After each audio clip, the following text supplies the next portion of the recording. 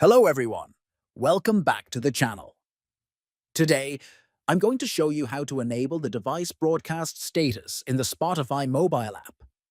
This feature lets your other devices know when you're playing music, improving your listening experience across devices. Let's get started, step by step. First, open the Spotify app on your mobile device.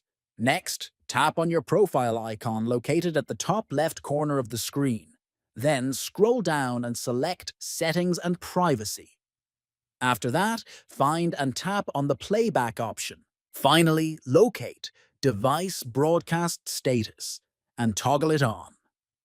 This will enable your device to broadcast its playback status to other Spotify devices connected to your account.